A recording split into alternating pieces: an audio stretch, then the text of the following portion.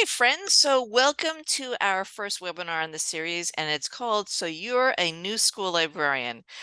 When I started being a new school librarian years ago, I reached out to many people, mentors and friends. I didn't have the learning network that I do today because I really wasn't on Twitter. I wasn't connecting with other librarians on Facebook. But going to conferences and just meeting people um, through other people and like hearsay and just reading books that my friends have written, I've created a really great network, and I am thankful to all of these people on this panel that I call not just amazing educators, but dear friends. So I want to thank everyone tonight for joining us for our first webinar. So you're a new school librarian. And so let me go to the next slide. So our series is going to be sponsored by Book and Author, and Book and Author is an amazing new organization where you can connect with authors for your library, for your classroom, and that's I think a really important part of learning about how to connect to readers and how to make people um, I guess more connected to authors. I always talk to my students when I was an English teacher how about authors are such celebrities. And so whenever I go and I bring back books that are signed, I said, look at this awesome signed book. It's like meeting a celebrity. So booking an author, I think is so important because kids actually can speak to the author, learn what they were thinking when they wrote, and actually connecting to the person on a more human level than just what's on the page. So Book and Author is this amazing organization who is sponsoring this series. And we are going to have some prizes. You're going to be entered to win a copy of my book, Hacking School Libraries, excuse me, that I co-wrote with Stony Evans. So off we go to our webinar. So you're a new school librarian. So I'm Christina Holzweiss. I'm the 2015 SLG School Librarian of the Year. I'm a mover and shaker, and this year my library, my team and I won the ASL National School Library of the Year, and I'm so sorry about the typo. I see a typo. Thank you. I'm an author, speaker, and advocate, and this is my 30th year in education. So I started off as a 7th grade English teacher, became certified in ed tech, but who was hiring in 2000 for ed tech? So with a combination of technology and reading, what do? You become a school librarian because I wanted to provide professional development to teachers. I wanted to connect with students, and I never wanted to go into administration. So became a school librarian, and now I'm an ed tech librarian. So I've got my ed tech specialty, my English, my library, and my computer science, and it's all rolled into one. So my tip for new school librarians, gadgets and gizmos. I just love technology and I love tech toys. So some of my favorite web tools are Book Creator, Canva, Wakelet, WeVideo, Padlet, and Adobe Podcast. So Book Creator is amazing because you can make your lessons accessible for all students. You could put captions in, you can use translation feature, there's speech to text, there's audio, there's video, you could put audio bites, just such amazing things that you could do with Book Creator. And so I'm going to show you one of the books that we created over COVID, and it's called the Digital Librarian Survival Toolkit. And this was made in Book Creator. And as you can see, it's got some pretty cool analytics, and that's 39,000 reads all around the world.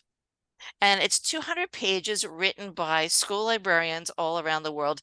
And what we did, we just crowdsourced some ideas over COVID, things that we were learning, things that we were teaching, and we put this together as a toolkit for us to use. And I've heard librarians say that they've actually used this toolkit when they're collaborating with teachers or when they're meeting with administrators and they're thinking of new ideas. It's got a clickable table of content.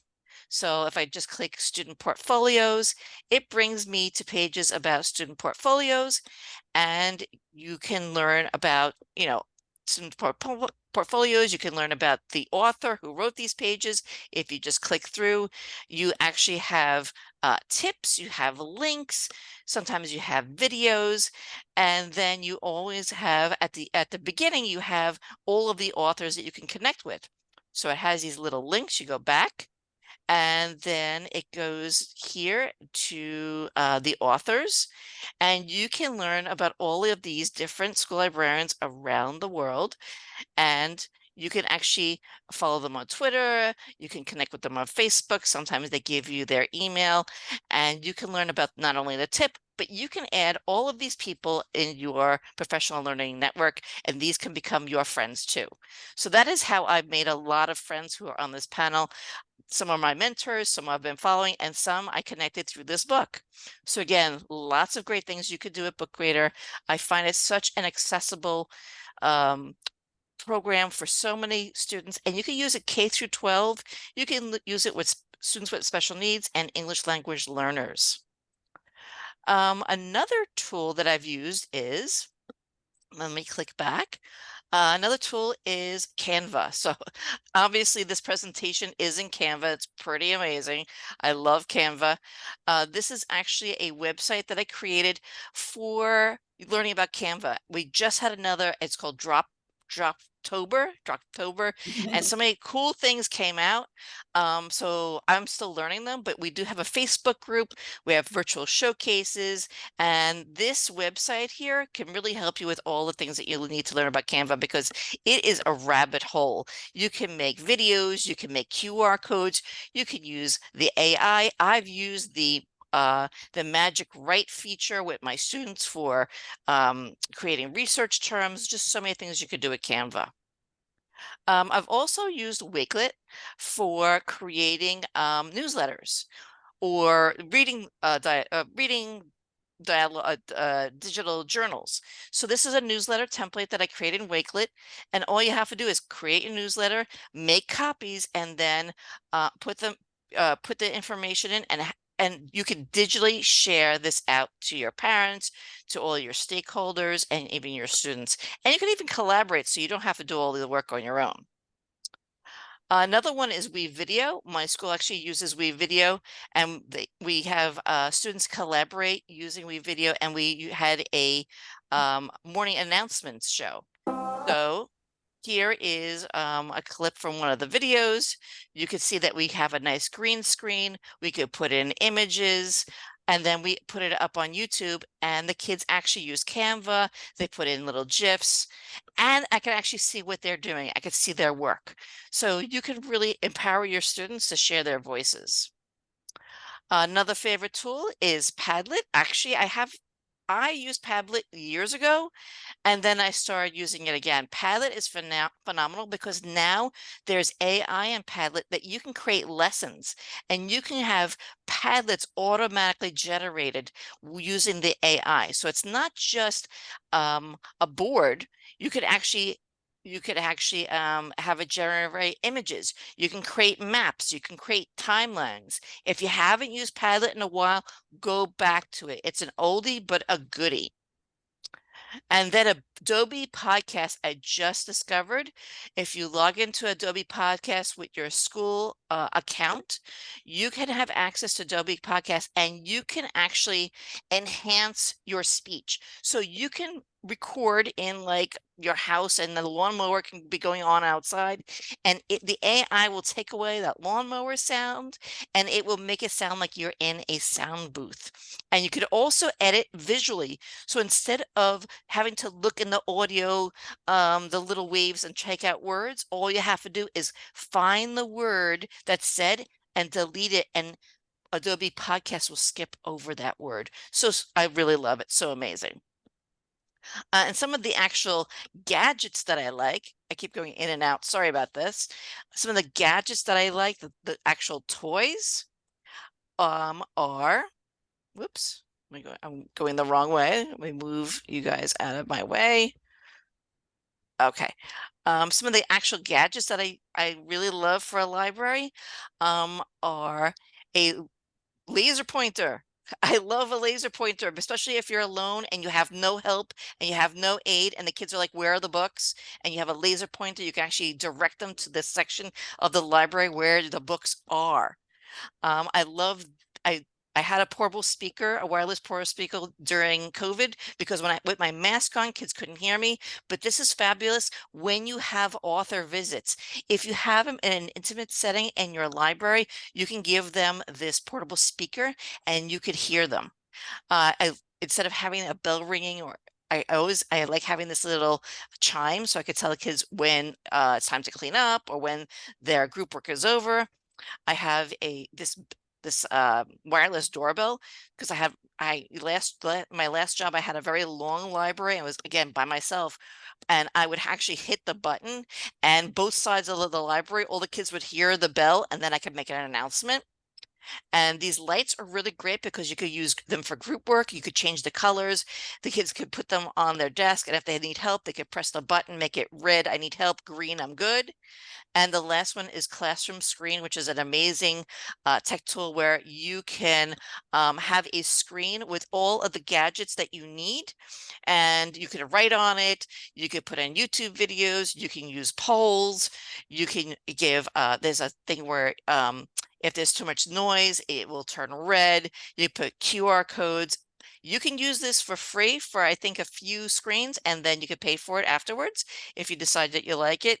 But I just really love Classroom Screen. It's one of those things that you never thought you needed, but it's pretty awesome. So those are my tip. Those are my gadgets and gizmos for my tip for new school librarians. So right now we are going to go to Joyce, and she's going to talk about getting by with a little help from your friends. So let's go to that next slide. So, Christina, you are driving, right? I am driving. Okay, great. So I agree with everything. Your tools, your gadgets, they're brilliant. And I noticed that several of my students are here, so I'm very excited to share with the rest of the audience and with them. I am an associate teaching professor at Rutgers University in the MI program, and I coordinate the school librarianship concentration. And I feel like I know a lot of folks here. So let's go to the next slide because this slide's not important. So I am talking about a little help from your friends, and that is the most important thing. As a new school librarian, the most important thing is building relationships. And let's go to the next slide so I can demonstrate what that looks like. Okay, so first, they're your face-to-face friends. And so what I notice from my students, what they tell me all the time, is they haven't had the formal teaching experience that many classroom teachers have had. And so what's really important in their field experience and throughout our courses is to observe the teachers around you. You will pick up so much from the little things they do, from the teacher face that they do, from the way that they get attention, from the way that they stop distraction. And there are so many ways to do that. And an effective teacher, it takes a while to do that. And you need to be kind to yourself, which is going to be a theme throughout my few minutes that I'm with you. But observe the teachers who can do that very well. It may be, a clapping thing. It may be a lights turning out thing. But for me, it was a presence thing. It was like I would talk or not talk. And when I wasn't talking, people would want, like, why is she silent? And they'd join me. But these are things that school librarians need to know, and they may not have gotten in formal training. But you also need to observe the other teachers around you too. We don't want to talk about the people who are less than effective, but watch what doesn't work as well as what works. Let's go to the next slide. No more to say about that. Make friends, and it may not be the core subject area teachers. It may not be social studies, math, science, and English. It may be your art teachers, your media teachers. My media teachers, the library became the client for the media teachers. Commercials for the library came from the media department. The drama department helped me create musicals about primary sources. Your ELL and your special ed teachers can be your best friends. Those kiddos need you more than anybody else. The tech and reading coaches, you can learn so much from them, especially this year when the science of reading is becoming so important and legislation is happening. But also your carpenters and electricians, you probably can't see these tiny pictures that are on the right side of the screen, but the carpenters who changed my furniture from traditional tables to cafe seating, they just elevated literally the circular platforms and made me stuff. The electricians who made sure that charging stations were available, the custodians who allowed me to read books in a discretionary way, the secretaries who let me know when the principals were available and could chat with me. And also central office people who told me when the budget was freezing. So people don't know when they come in and they think they have money to spend for the entire year. There is a moment in which your budget will freeze. Often it's March something. You need to know somebody in central office who will tell you when the money that you think you have is going to go into the general fund. And you don't know that if you haven't tried that. Clubs and teams, you see, I know somebody else is going to be talking about read posters, but I would invite everybody in all my clubs, my baseball team, my football team, the cheerleaders, and you see here the French club and the baseball team. And I would make these wonderful read posters and schedule these clubs in. It wasn't for the read posters. It was for me to make connections with the teams and their coaches. And that was really important. The parents, inviting them in on open school night and giving them a special treat or prize. And in my case, it was often the password list. Next slide, please, Christina. Sure. Your online friends, there are so many cool places where you can pick up the tips if they're not happening on the ground. And Edutopia's videos on classroom management are fabulous. If you look at Cult of Pedagogy, the stuff there is just brilliant. You will see these little videos about just like how to gain attention, how to do that wonderful 2-minute wait. We don't often do that, but that wait is so important to transition and to get students' attention and to allow people to think. You think it's not, you think you have this lull, but you really need thinking time for your students. The teaching channel, there and Class Dojo, there are software platforms that just kind of get the wiggles out of kiddos when you're waiting for them in the elementary. My students and I, Steve was involved in this as well. We created school library headquarters during COVID, but I've been continuing this. And so there is school library headquarters, which if you're a new librarian, this is kind of a digital reference platform where I've put everything, ASL's, toolkits and statements, they're all there, and where you can find bloggers, Instagrammers, and podcasters that you need, and they're all there, and there's a playlist there on the top right. But that's all there as a reference tool for you. So please join me in making those discoveries. Next slide, Christina, please. And these are just general tips. Eat lunch. You are probably going to be tempted to eat lunch in the library. Maybe that won't work well for you because you will be isolated. Eat lunch in the teacher's lunchroom or the cafeteria. This is my best tip. Buy a Keurig. I had 2 and I brought one to the library, and people brought their own pods. And this would be a way I would have conversations with the professionals that I needed to. Have a snack and lure parents back to the library on back to school night. I told my principal I had something that was worth $50,000. And if parents came back to the library, I would give them that gift.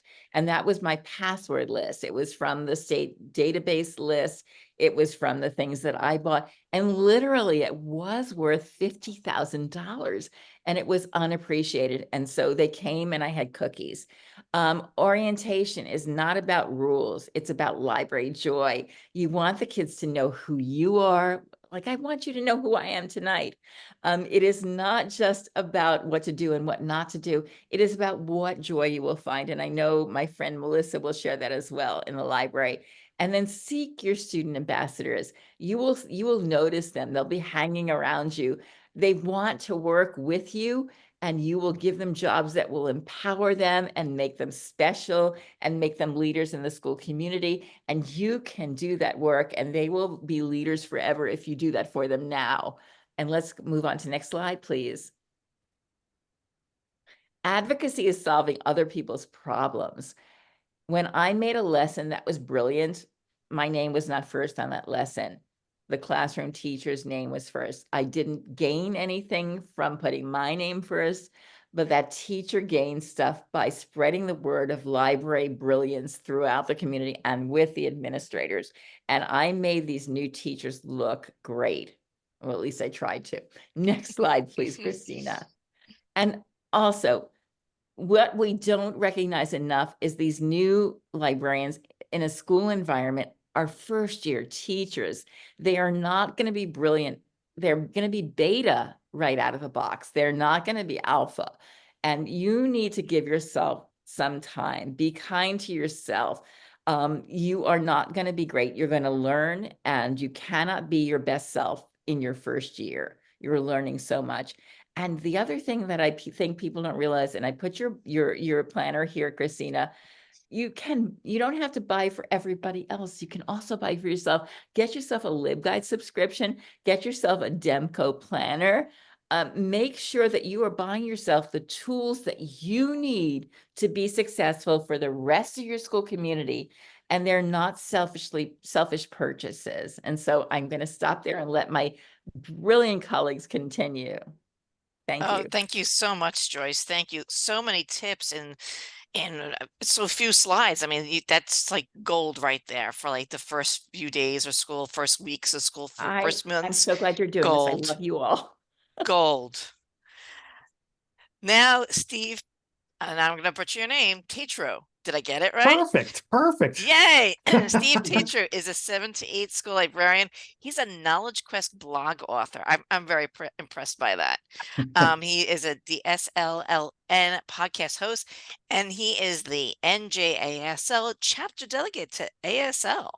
So you've got some really great credentials there, Steve. Got a So lot going on Acronyms, there. my friend. Lots of acronyms on that there slide. So, Steve, what do you have to share with new school librarians? Yeah, so it's funny because I actually kind of am a new school librarian because I only got into an actual school library about a year and a half ago, coming up on 2 years. And I was doing a lot of hobbyist librarianing, I call it, between 2016 and when I finally got into the library. But so I'm right there with you, gang. And there's lots of stuff. I mean, the people that you are hearing from tonight, they are my go-to sources. Like, they are the best. So you absolutely want to be taking notes as we go here.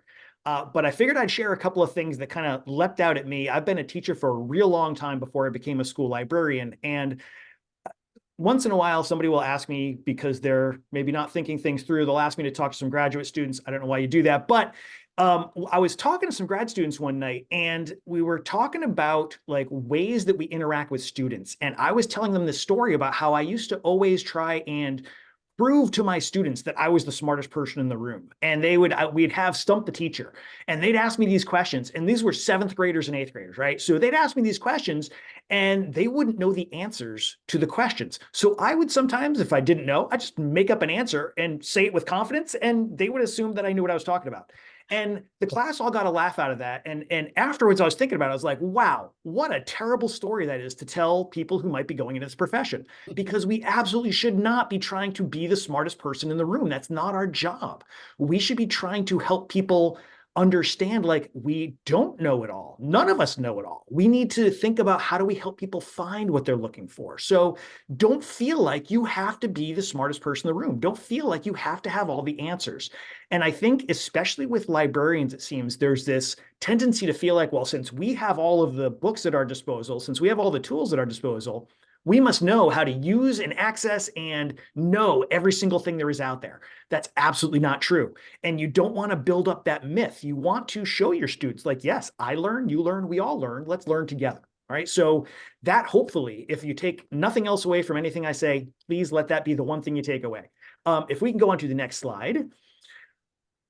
As I've been setting up my library space, we didn't have a library space in my school until just about 10 months ago. And so I've been working on it. When we started it out, it has been growing and changing as we go. And I have had to really think carefully about, before I had a space and now that I've got a space, what are the patterns I'm seeing? How are people using the space? What are the resources people are using? And think about how I can help support those things that are already in place and maybe reinforce things that aren't getting the use that maybe they could or they should. Don't be afraid to change. I literally shifted the entire library 3 times in the first month that I was, trying to get stuff where it needed to be, because as soon as you get stuff in one place, you go, oh, you know what? It would be even better if it was over there. So don't be surprised that you're going to, try something out and it's not going to be quite right. It's okay. We should always be trying to think about how we can change, how we can grow, how we can evolve ourselves, our space, our students. You're going to try stuff. It's, again and again and again. I literally last week moved my circulation desk area that I have set up 3 times. It was in one place. I said, you know what? It's going to be so much better over here. Moved it up to the front so that I could be near the students because it was way in the back. That was just where it was when I started in the space. It was in the back. Like, that's a terrible spot. Put it up front. So I moved it up front. As soon as I did, literally, I had it in place for about an hour. My principal comes in. She goes, huh, it'd look even better over there. And it might make more sense. And I was like, you know what? I've envisioned shelves over there, so I never thought to put the desk there. But now that you're saying it, you're absolutely right. That is absolutely where that should be. So it's okay. Like, you're going to not always get it right the first time. That's part of it. Like, that's all right. Don't be afraid of that. So be willing to embrace the change. And we've got one more here for you, which is document, document, document. And this is something every educator should be doing. Keep notes. What did you do? How did things go? One of the things I love about Christina's planner is that it's got lots of great prompts and questions and suggestions you can use to help you think about and be reflective about your practice. So you can write down literally like what's been going on. And I've been trying to make a habit of writing down once a week, twice a week, like, here are things that got accomplished this week that I've been working on so that I know. But it also is great because when my principal comes and says, oh, what's been going on in the library? Let me grab my planner. Oh, okay. So we did this, we did that, we did this other thing, right? So having that right there, and photos. If you wouldn't mind clicking on that photos, I think hopefully this will show, we'll see. But I've been taking photos literally every day. So this is what the space looked like right before winter break, December 2023. This is it. Okay. So this is what I started with less than 10 months ago.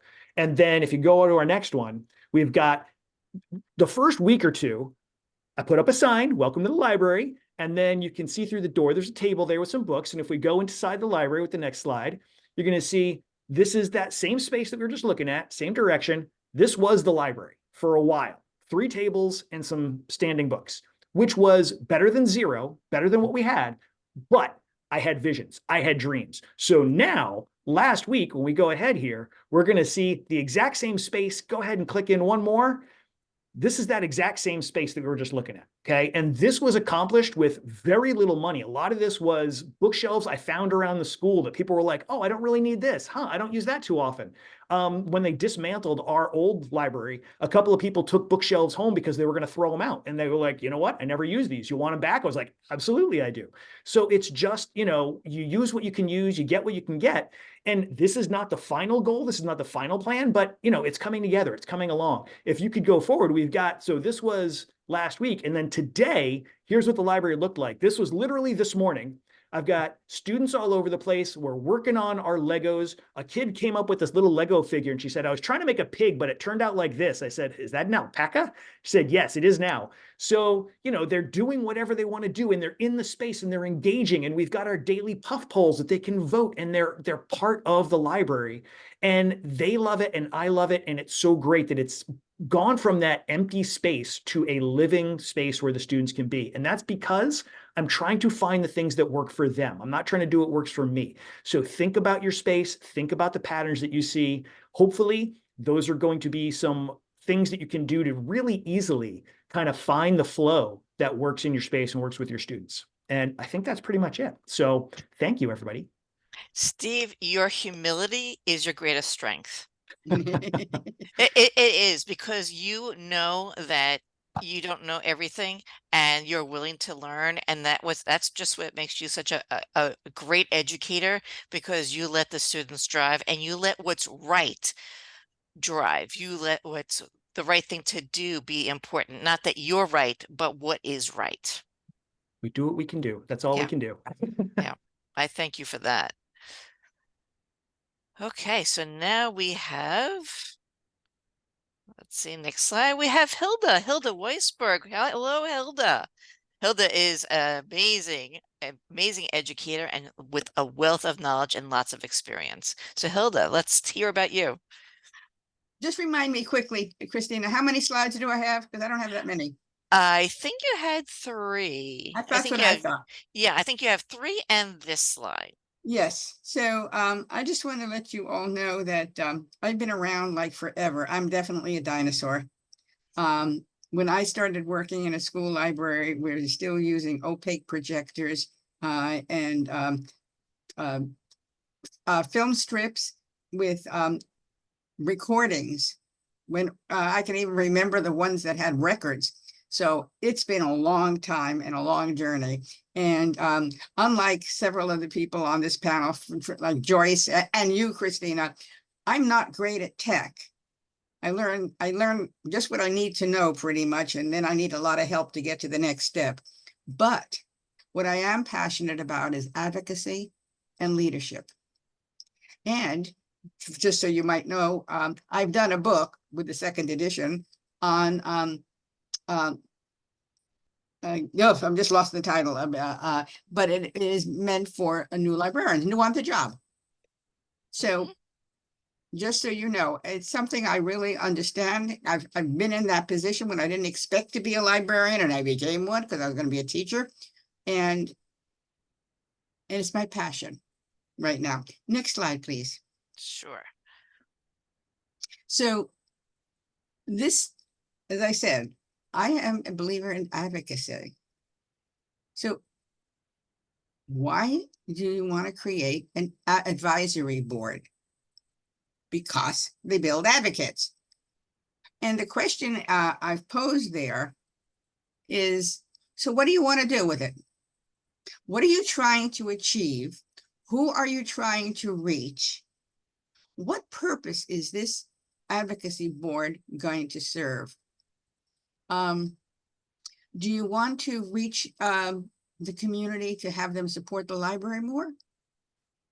Then have committee members representing different parts of the community on your board.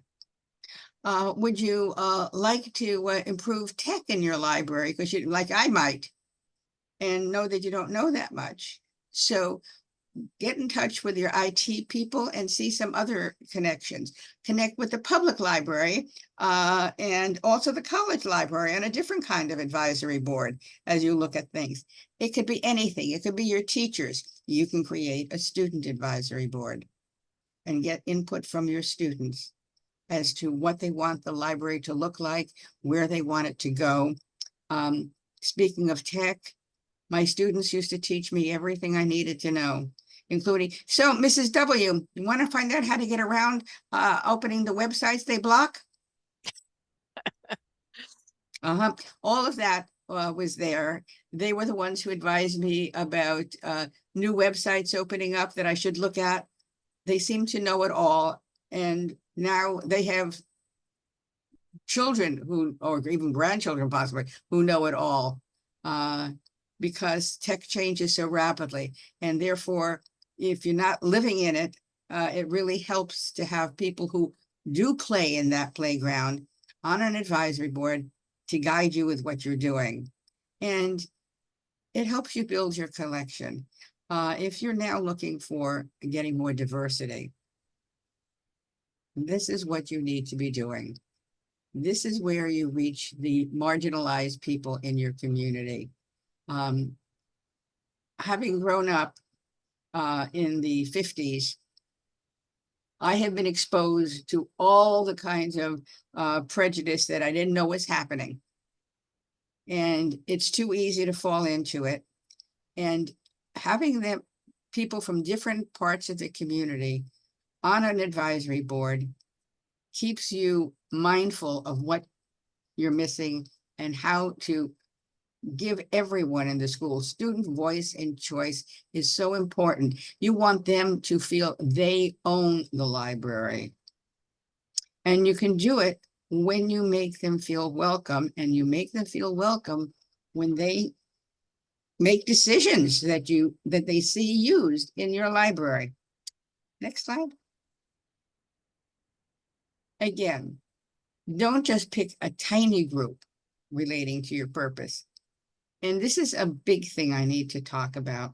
I talk about vision and mission a lot, and the visions and missions I have seen are not great.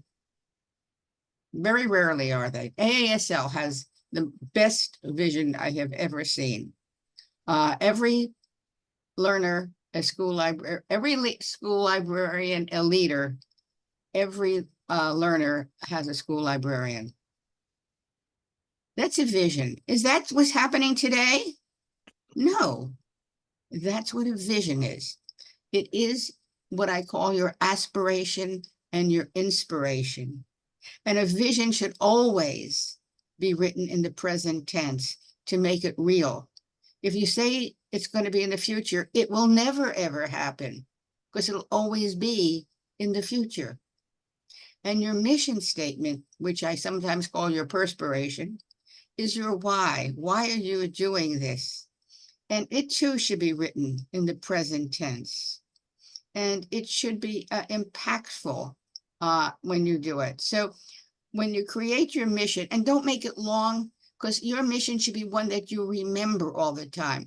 For example, my mission as a leader that I see myself is I reflect back in others the greatness I see in them, and when appropriate, help them manifest it. That's a mission. And it's one that when you hear it, you can smile and say, that's great. And that's the kind of thing you want to have, because your mission and your vision should be hanging in the library for people to see and recognize what it is you are committed to. And you should know it by heart, as I just gave you mine. And then, of course, is the logistics of the advisory boards, because depending on who you've included, do you meet virtually or do you meet in person? And how do you manage that? And do you meet at night, on weekends? What is going to work? What product do you want them to get? What should be the output, the outcome from this? And then recognize if this is going to be ongoing, you need to know how to continue it. I have a quote, which I've been using, have been trying to use for a while. And I'm trying to remember who said it, and I'll if I can grab it. But it's great to have a plan to show to introduce something. It's even more important to have a plan for sustaining it. And so in this case, you want to know what happens when a member leaves the committee. Do you just go one short? How do you replace people? Should there be a term length? These are the logistics under the committee. So before you do it, there's a lot of planning, but it's worth it because, you know, I just had one of my students put something in her classroom management plan that she submitted, which said that she holds in her head, if I don't have a plan, my students will. And that's what happens. If you don't have a plan, you're planning to fail. So that's concludes that. I don't know if I have another slide. I don't think so. I don't think so, Hilda, Okay. but what I love about what you said is you talk about technology, and technology is ever, it's always changing. Now you're talking about, the record players and the film strips, and now we're talking about AI. But having input and advisory board, that is a timeless tip for any school librarian anywhere around the country at any time. That's more my specialty: leadership, Mhm. advocacy, and keeping myself out of trying to sound like an expert in technology. Well, when the internet goes down, you're left with people, right? And so this is exactly what we're talking about, that advisory board. So thank you so much, Hilda, for talking about that wonderful tip. And now we have Melissa Tom, who is a middle school teacher librarian. Hi, Melissa. Hello, thank you for having me. I'm so excited to be here. I am a middle school teacher librarian, like Christina said, in West Hartford, Connecticut. I was a classroom teacher, like Steve, and actually, I think Christina, right? Prior Yep. to Hmm. becoming a librarian, for 12 years, and this is my 10th year being a librarian, and I love it. It's so amazing. I love making, I love culture of reading, I love all the things that being a middle school librarian brings. So please follow me, look me up, connect with me. I love meeting new people and just chatting about our profession. So you can go to the next slide. I'm Oops. going to talk a little bit about maker spaces, because the maker space has been kind of a center stone for my library since I became a librarian. And even when I was a classroom teacher, I infused making into pretty much everything we did. And my biggest like overall advice is try to infuse that creativity and student interests into makerspace. So I just included a couple of photos of some of the things that are happening in my makerspace regularly. That top picture is a candy machine that was made by a sixth grader about 4 years ago, and it is still the most epic thing that I've ever seen. I think it worked. And every time I show it to a group of new students, they're like, "Can we put more candy in it?" I'm like, "No, sorry. It doesn't really function, and there's a lot of dust, and I don't think it's probably sanitary anymore." But it really gets the kids excited. And when we start with cardboard creations in the fall, that is definitely a main source of inspiration. And then another thing that I have been doing for the last 3 years is I brought in sewing into my makerspace. And go to the next slide because it kind of leads into that, where I really suggest that you start with what you have, what you know, and what brings you joy. So I know every situation is different. Every person has their own situation, and some of you will have a space to do makerspace, some of you will not. As a middle school librarian, I have a flexibility where I am on a flexible schedule. If you are in the elementary, you often do not have that luxury, and you're going to have to kind of be creative and figure out how to work that into what you do in that 45 minutes that you see your classes. And you are so jammed every single day that you don't really even have time to breathe. But you just have to be, again, creative. That's the key. Be positive, be joyful, and really don't focus on what you don't have. Focus on what you do have. And we've talked about relationships. We've talked about making the most of your space, as in Steve was talking about how he's slowly evolved what he had. You've seen what it started with, you've seen where he is now, and you know he has a plan for the future. And my makerspace was the same. I really kind of waited to see what the school did the first year I was there. And if you are a very first year librarian, I recommend do a lot of observation. Don't make a lot of changes to the program that first year. Just see what's happening, get a feel for the culture, make some connections, and just really focus on the positive, excitable, passionate, like I think we talk about passion all the time. Those people are in your building. It's not everybody. And I'm sure you have found that out already because it is almost November. But there are passionate, positive people. Really just focus on that to get started with. And something that brings me a ton of joy in my recent life, like the last 4 years, is sewing. I do it all the time in my own makerspace at home, which is where I am right now. And I brought it to my students, and I can't even tell you the excitement. They're already begging to bring out the sewing machines, and November is the month. So we're getting close. So go to the next slide. And the other two kind of aspects that, again, I only have like 6 or 7 minutes. I could talk for hours about this. So please, if you want more information or just want to connect, reach out. But one of the things that I really try to do is involve the student interests and talents. So no two maker spaces are ever going to look the same. And even my maker space from year to year changes and evolves because I have different students, I have different interests, I have different talents. And something, again, my 10th year, but something I'm going to try to implement this year is something called the lunch and learn. I want students who have talents or interests to teach other students and they sign up. So I have a 7th grader who's going to do some crocheting. I have an 8th grader who is an amazing artist and is going to do a paint, like a lunch paint. Unfortunately, there will be no wine like my paint nights. But we're going, she brought her art today to advisory. I have an 8th grade advisory and she's just so proud of her work and they were so impressed. And so she's so excited to like share that with other people. So just really tune in and get to know your students. And then the other thing that I have done since the beginning is I try to become an extension of the classroom because sometimes I don't get a lot of face-to-face time with kids in the middle school. I rely completely on a teacher's willingness to collaborate with me. And sometimes that's hard. And so I really try to know what they're doing.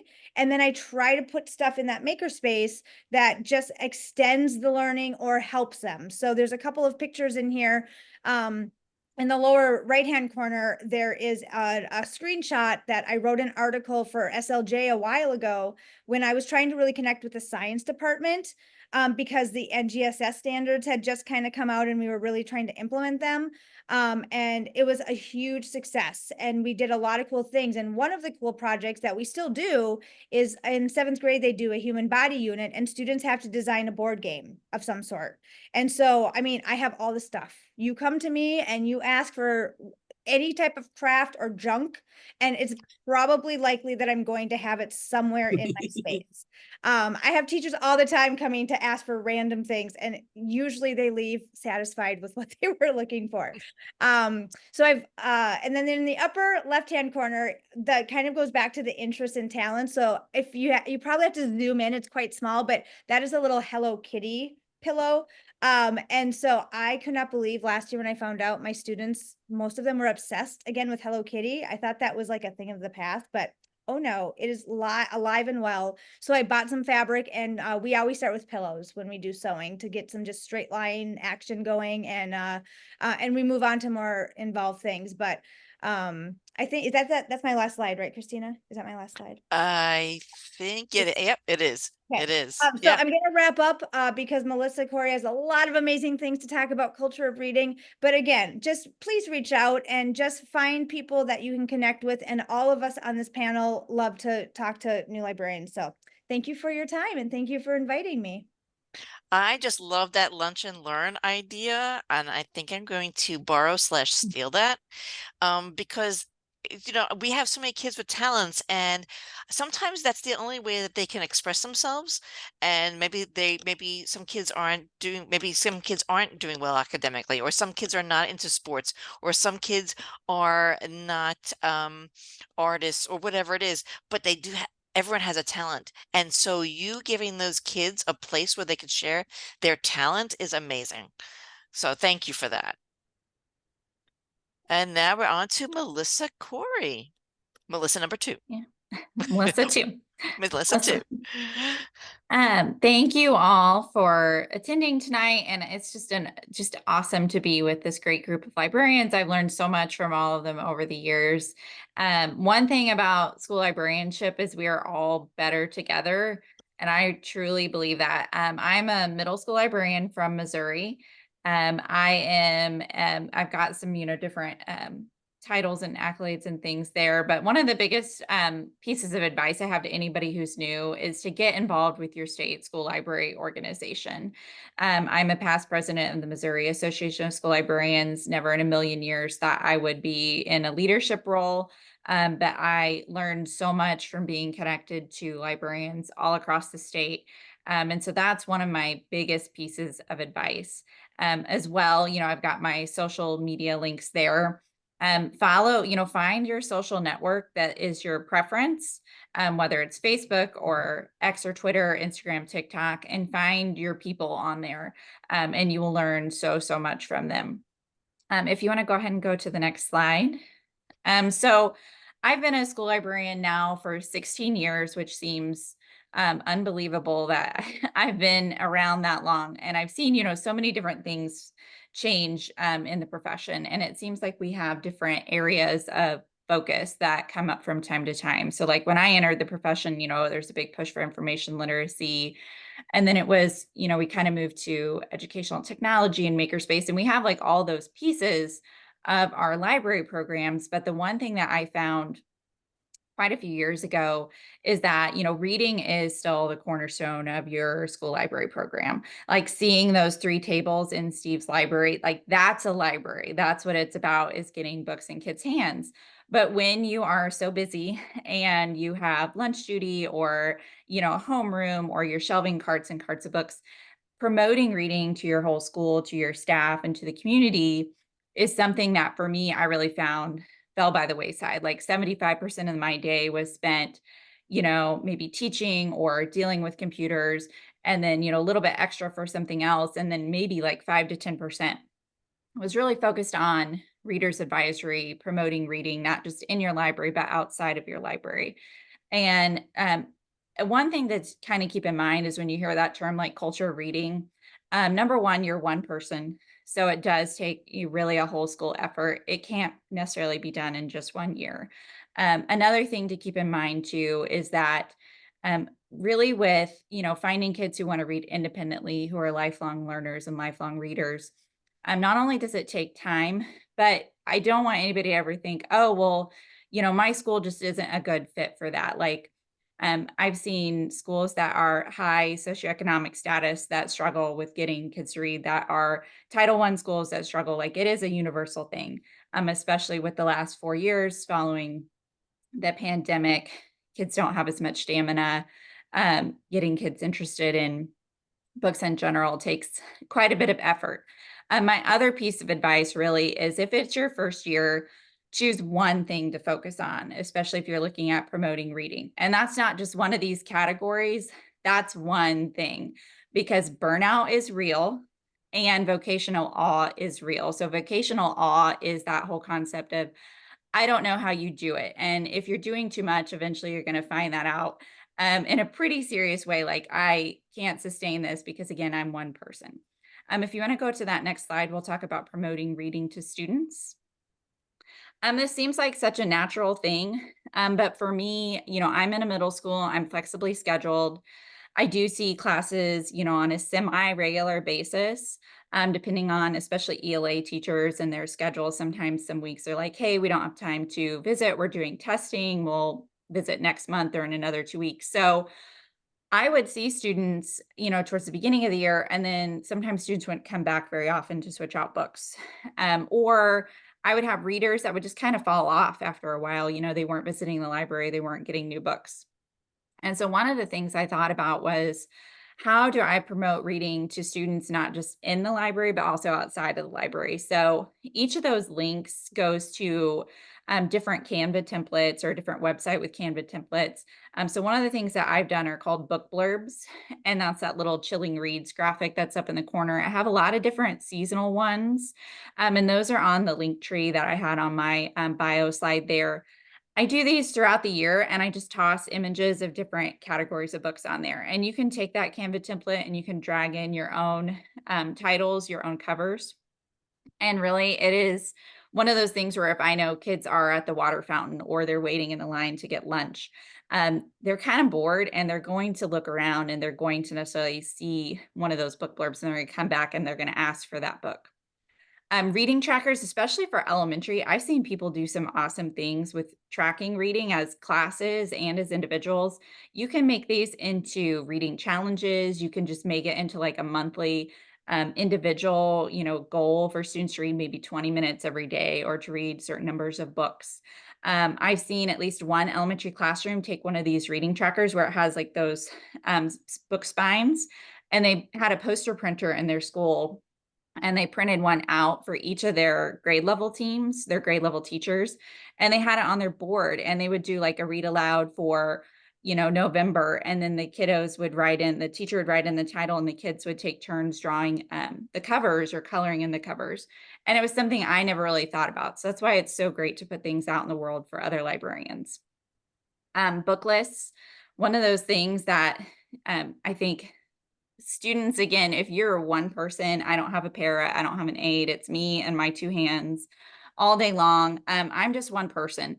And so if a student needs a book recommendation, it can be a lot when I have a class of 30 kids that all need me all at the same time, and I'm checking out books and trying to, manage behavior and things like that. Some students don't want to ask for help.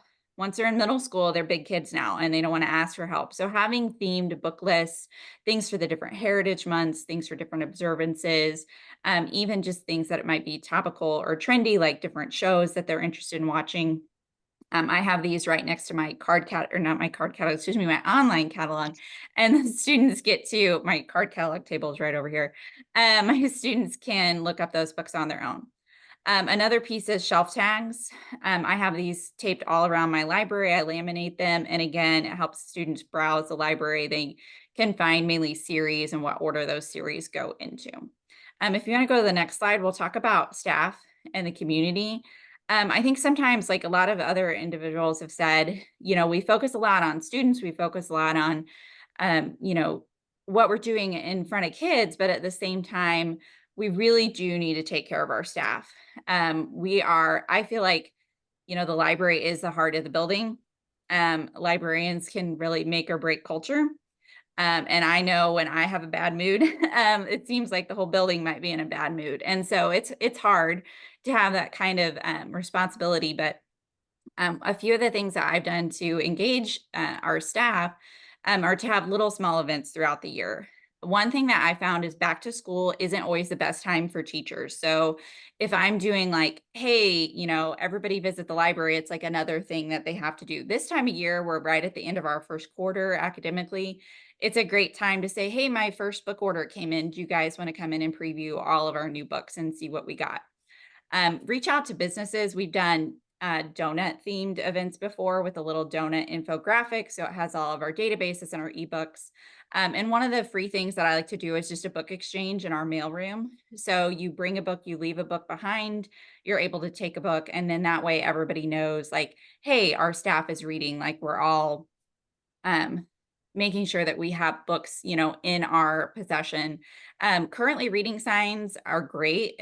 I don't make them mandatory. Like if you want one, optionally, I'll print and laminate one. You can use dry erase marker. You can print out the book covers.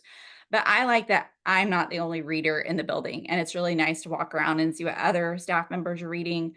We had our whole 7th grade team just individually, like naturally read the same book that our kids were reading. And it made such an impact on them to see that book cover. It was Ghost Boys by Joel Parker Rhodes, all over our building. And our kids really resonated with that. Reaching out to your community. I did a read poster series a few years ago. I reached out to different business leaders. I reached out to district administration, school board members. Our SRO is right there. Our local baseball team mascot. And again, for me, like reaching out to the community, it's feels so awkward. People say no or you never hear back. But the people who do say yes, like it expands the voice that your library has, because I now have a connection with those individuals. So when I have a donor's choose, I can reach out to our local baseball team and they can promote that for me. So I can reach an audience of thousands to help out my library to get the things that I might need. For me, it's also a really great way to make those connections. So let's say, like we talked about budget, sometimes you're in a budget crunch or you're wondering what's going on downtown. You can reach out and you're not just another nameless, faceless person. They're like, oh, that's the librarian that I touched base with that made those read posters. I do our school announcements. Like we have scrolling, like ours is a Google slideshow, but I make all the graphics in Canva and put them into Google Slides because I just love using Canva. And promoting staff members' favorite books. If your school does like a s'more newsletter or a peach jar newsletter, promote a staff member and the books that they read. Maybe it's their favorite childhood books if you work in an elementary school. but get those students and your community and your staff members to appreciate and celebrate the fact that to be successful, you need to be a reader. And so those are some things that I've done. Again, one of those things, not all of those things, because you're one person. So try some of that out for sure. Wow. Well, Melissa, oh my gosh, all those fun things that you're doing in your library. And like I said, I'm like overwhelmed because there's so much that you've done. But if you could focus on one thing that Melissa has done, then I think it's just fabulous. And just add on to it year after year. Try one more thing, try one more thing, and maybe even work with other librarians in your district. You may be alone in your school, but maybe you can connect with the district or even your professional learning network and see if you can work together to create some of those things. So, friends, I want to thank you all for being on this panel. I have learned so much from all of you. I wish I could go back in time and be a first-year school librarian because in this 1 hour, I think you have saved me so much time. All of your ideas, they help in some way, whether it's connecting, whether it's taking care of yourself, whether it is a new tool or a gadget, whether it's taking the time to understand, like, you don't have all the answers, create an advisory board, all the promotion that you could do, being joyful about your learning and your teaching. Thank you, all of you. And special thanks to Book and Author, who is our sponsor for this wonderful webinar series. It is your gateway to literary connections. Learn more and get started at bookandauthor.com today and the next 2 days. I'm sorry, I have this is you could in the next 2 days for free at bookandauthor.com and be entered to win a copy of my book with Stony Evans, Hacking School Libraries. So thank you all, friends. I'm going to stop presenting because I want to look at your faces and say hello to all of you. I'm going to stop sharing because I want to see all of your faces again. Thank you, friends. You are just amazing and just wonderful. I can't wait for our next webinar. You blow my mind and you make me a better person. Thank you so much. We have a question. If you want to unmute and just ask your question, feel free to do so. We had a question before, Christina, while someone's someone wants to know, do you need a paid subscription for Book Creator to have it look like the sample that you shared? No, actually, you can get a free subscription to Book Creator. You can make 40 books. That's a lot. 40 books. You may not have all of the bells and whistles, but you have a lot to get started with, and you have enough to make some great books to advocate for a full subscription. So you can do some wonderful things, even if you do just your library newsletter. If you look on the Book Creator website, there is a template for you to make a handbook for your library that I created, and you can remix it. It's there for free, and you can remix it and make it your own. It's on the Book Creator website. Awesome. Becky, did you want to unmute and ask a question?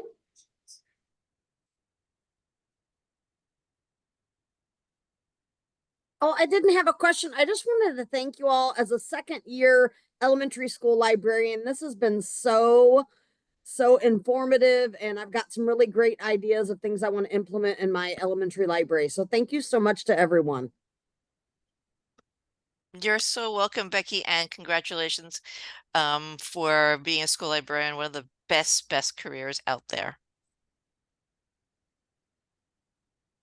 All right, that is all. Have a wonderful night. Thank you for joining us. Thank you, Christina. Thank you, everyone, the panelists. I've learned so much. And I love all of your energy. I love how much you're also willing to share. I do want to add that this is being recorded.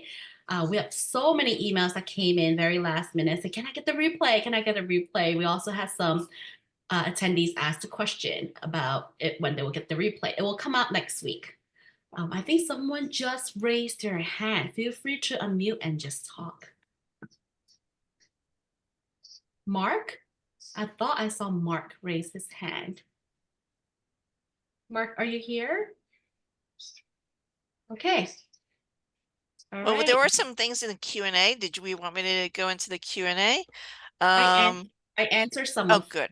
They were mostly about if they can get a replay so they can listen to Joyce, all of her tip and Hilda's tips and Dr. T's tips all over again. And the two Melissas, they just want to make sure and hear all of those.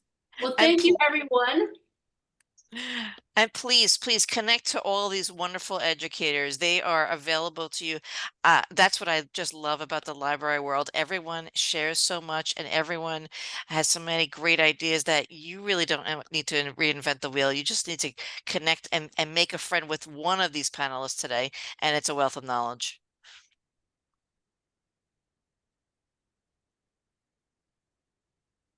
All right, so Thank you, Christina. You're This is welcome. You're wonderful. So welcome. much fun. Thank you, Melissa, Hilda, Steve, and Joyce. Thank you so much. Thank Bye, you. everyone.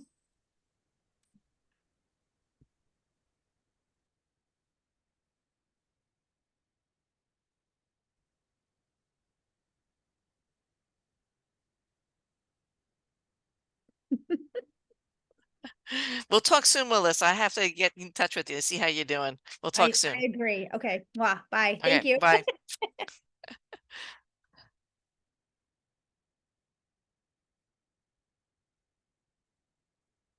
Dana, James, and Lynette, if you have any questions, I'm here to answer them for you. If not, we're going to say good night. Oh, thank you very much for your time. Have a good night. You're welcome. You're welcome.